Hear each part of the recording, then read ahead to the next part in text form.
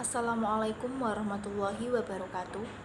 Yang saya hormati Ibu Maisyana selaku dosen pembimbing mata kuliah Sejarah Pendidikan Islam, dan tak lupa teman-teman kelas PAIB yang saya banggakan. Sebelumnya perkenalkan, nama saya Siti Sania Al-Musa, NIM 201011050. Di sini saya akan menjelaskan tentang sejarah perkembangan pendidikan Islam di Maroko. Sejarah pendidikan Islam di Maroko. Maroko adalah salah satu dari 22 negara Arab yang tergabung dalam organisasi Liga Arab yang bermarkas di Kairo, Mesir. Negara ini terletak di pesisir ujung utara benua Afrika dan berbatasan di sebelah utara Laut Tengah, sebelah timur Aljazair, sebelah selatan Mauritania, dan sebelah barat Samudra Atlantik. Letak Maroko yang sangat strategis di perairan Samudra Atlantik dan Laut Tengah menyebabkan negara ini menjadi incaran kaum imperialis Barat. Dalam bahasa, Maroko disebut dengan Al-Maghrib Al-Arabi atau wilayah bagian barat tempat terbenam matahari, sedangkan Al-Maghrib Al-Arabi adalah kaukus negara Afrika di bagian utara yang terdiri atas Aljazair, Tunisia, Libya, Mauritania, dan Maroko. Pada tahun 1859, Fatimah Al-Fihri mendirikan Masjid Al-Qarawiyyin di Fes dan madrasah terkaitnya yang dianggap oleh beberapa institusi seperti UNESCO dan Guinness World Record sebagai institusi pendidikan tinggi yang tertua yang terus beroperasi di dunia. Selama berabad-abad, pendidikan publik di Maroko berlangsung terutama di madrasah dan kutabs, atau mereka disebut di Maroko Mesid. Pendidikan di Mesid bersifat Islami dan disampaikan dalam bahasa Arab. Selain mengajar Al-Quran tafsir dan hukum Islam atau fikih, sekolah-sekolah Islam sering diajarkan berbagai mata pelajaran termasuk sastra, ilmu pengetahuan, dan sejarah. Setelah pemecatan Melah dalam Perang Hispano-Maroko, Alliance Israélite Universelle, sebuah organisasi Prancis yang bekerja untuk memberdayakan orang Yahudi di seluruh dunia melalui pendidikan di Prancis, mendirikan sekolah pertamanya di tahun 1862. Sebelum Protektorat Prancis, sekolah gadis Yahudi mengajarkan membaca dan menulis serta pelatihan kerja kejuruan melalui keterampilan seperti menjahit dan mencuci, dan kemudian membaca, menulis, dan menulis singkat. 5 sekolah untuk anak-anak bangsawan didirikan pada tahun 1916 untuk anak-anak laki-laki dari keluarga elit Maroko. Ada juga 2 perguruan tinggi yang didirikan di Fes dan Rabat, yaitu di Fes pada tahun 1914 dan di Rabat pada tahun 1916. Pada tahun 1920, Lia Houthey mendirikan Institut des Hautes Études Marocaines yang terletak di dalam Bibliothèque Générale di sebelah markas kolonial di Rabat untuk administrator kolonial yang ingin mempelajari lebih lanjut tentang sejarah dan masyarakat Maroko.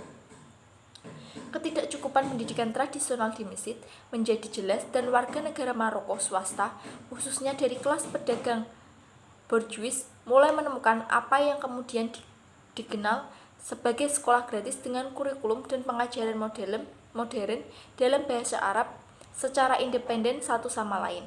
Selanjutnya, pada tahun 1965 menuntut hak atas pendidikan tinggi publik untuk Maroko.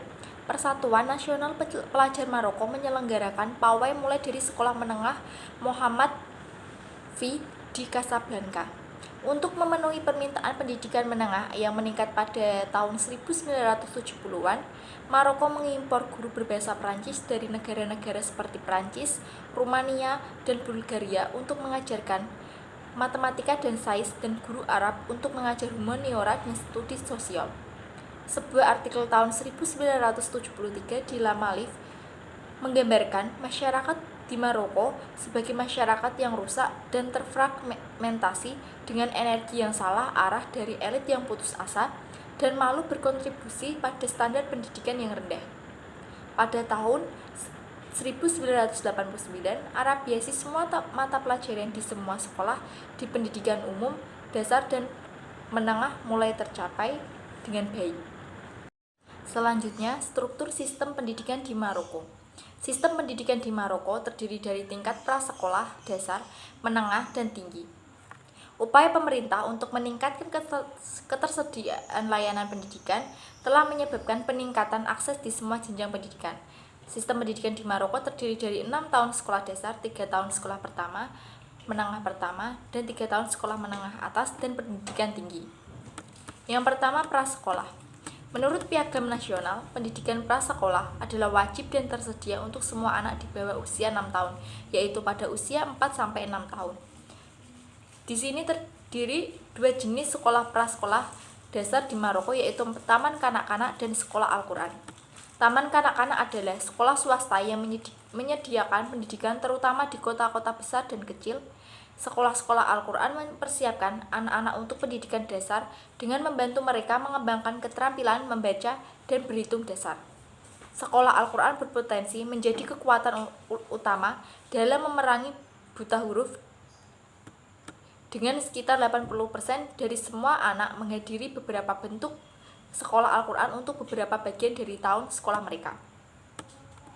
Yang kedua, utama, pendidikan dasar terdiri dari 6 tahun untuk anak usia 6-12 tahun. Siswa harus lulus sertifikat agar memenuhi syarat untuk masuk di sekolah menengah pertama. Selanjutnya yaitu sekunder, ada 3 tahun sekolah menengah pertama. Jenis pendidikan ini disediakan melalui apa yang disebut dengan perguruan tinggi. Setelah 9 tahun pendidikan dasar, siswa mulai sekolah menengah atas dan mengambil kurikulum inti umum 1 tahun, baik dalam seni maupun sains. Siswa tahun pertama mengambil seni atau sains atau matematika dan pendidikan asli.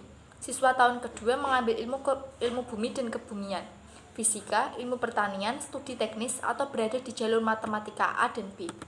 Selanjutnya tersier, sistem pendidikan tinggi terdiri dari lembaga swasta dan negeri.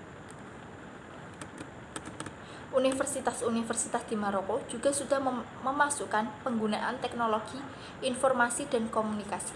Sejumlah universitas juga telah menyediakan kursus rekayasa, perangkat lunak, dan perangkat keras. Dan setiap tahunnya, sektor akademik menghasilkan 2.000 lulusan di bidang teknologi informasi dan komunikasi. Selanjutnya, faktor yang mempengaruhi tingkat pendidikan di Maroko. Sistem pendidikan di Maroko mulai mengalami perubahan dasar sejak Maroko jatuh dalam kekuasaan Prancis selama 40 tahun. Seiring dengan berkembangnya zaman, telah diadakan reformasi di bidang pendidikan demi perbaikan dan efisiensi anggaran yang dialokasikan di bidang ini. Pada dasarnya, jenjang pendidikan di Maroko tidak jauh berbeda dengan sistem pendidikan yang ada di negara lain. Adapun faktor-faktor yang mempengaruhi tingkat pendidikan di Maroko yaitu: yang pertama, Institut Pendidikan Tinggi Swasta. Meskipun memiliki beberapa perguruan tinggi swasta, namun pendaftaran di perguruan tinggi swasta masih rendah. Hal ini karena terhambatnya biaya kuliah, khususnya kurikulum sekolah bisnis yang sangat ketinggalan zaman dan perlu adanya kesesuaian kebutuhan pasar tenaga kerja yang terus berubah. Perusahaan sektor swasta juga tidak memberikan kontribusi yang cukup dalam memberikan pengetahuan kerja kepada lembaga profesional di lingkungan bisnis saat ini. Yang kedua, akses ke pendidikan sekolah. Efisiensi internal juga rendah dengan tingkat putus sekolah dan dari tingkat yang tinggi. Ada juga kebutuhan yang tidak terpenuhi dari permintaan sekolah setelah mencapai tingkat yang tinggi di pendidikan dasar. Dan rendahnya kualitas bahan ajar yang tidak mencukupi. Rendahnya kualitas pendidikan menjadi masalah yang besar, salah satunya yaitu anak-anak dari keluarga Berber yang hampir tidak tahu bahasa Arab yang merupakan bahasa pengantar di sekolah ketika memasuki tingkat dasar. Yang ketiga, melek huruf. Melek huruf adalah salah satu indikator pendidikan yang penting karena kemampuan dalam hal membaca adalah titik awal dari proses belajar. Selanjutnya yaitu yang terakhir, imigrasi. Ada juga imigrasi pekerja terampil yang tinggi, yakni proporsi imigrasi yang sangat terampil di antara orang-orang berkependidikan tinggi. Dengan cara ini, kehilangan sebagian besar tenaga kerja yang terampil ke luar negeri membentuk populasi migran terbesar di antara orang Afrika Utara di Eropa. Sekian penjelasan yang sudah saya paparkan di atas. Apabila ada kata-kata yang kurang berkenan dan ada yang salah, mohon dimaklumi. Wassalamualaikum warahmatullahi wabarakatuh.